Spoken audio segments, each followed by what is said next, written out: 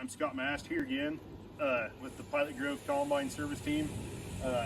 Today we're going to be talking about our hydraulically driven spreaders that we see on our 40, 50, and 60 series mid-range combines. So these spreaders are driven with hydraulic motors at the bottom. One thing, if you want to watch as you're going through the season, you want to watch the bottom here where the spreader disc mounts on the motor.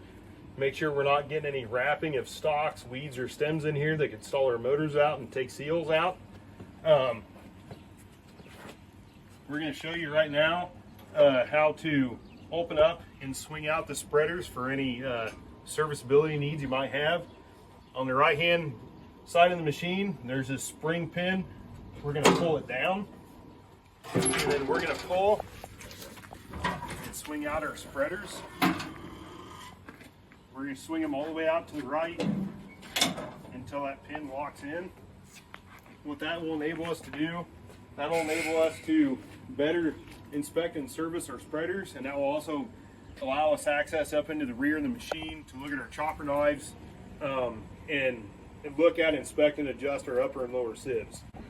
With these spreaders, one manual adjustment that we can do is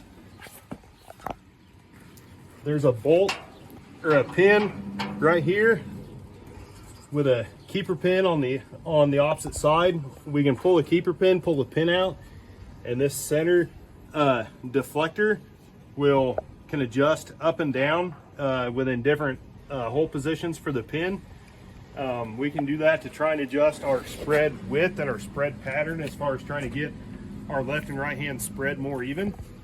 After we're done inspecting and looking at everything up in the rear of the machine, and we're ready to put these spreaders back into our working position, there's a spring handle here. We're going to depress to release, and then we're also going to pull down and release our locking pin here. We're going to start to swing our spreader arm in, and we're also going to start to push it in at the same time. And we want to get one side locked in, and then the other side, give it a couple of good shakes to make sure we're good and latched in, and nothing's going to come unlatch as we're going down the road or in the field. Another thing we can do for adjusting, this machine is equipped with an electric actuator that is in-cab controlled for adjusting our left and right hand spread width. Some machines are equipped with a manual linkage adjustment here with a spring pin.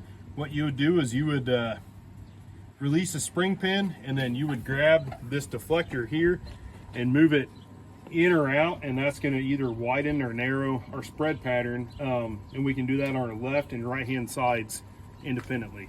Okay, here we are in the cab of this mid-range machine.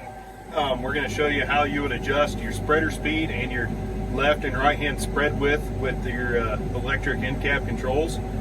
Your two buttons here are going to be for your left hand spread width and your right hand spread width, and as you would depress them, it'll show here on your monitor. It's going to give us a bar graph. The further out the black goes, the wider the spread pattern.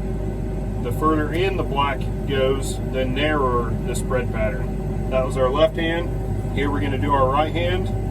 Same thing, as we start pushing our button, that little pop-up window comes up and gives us a visual representation of our spread width.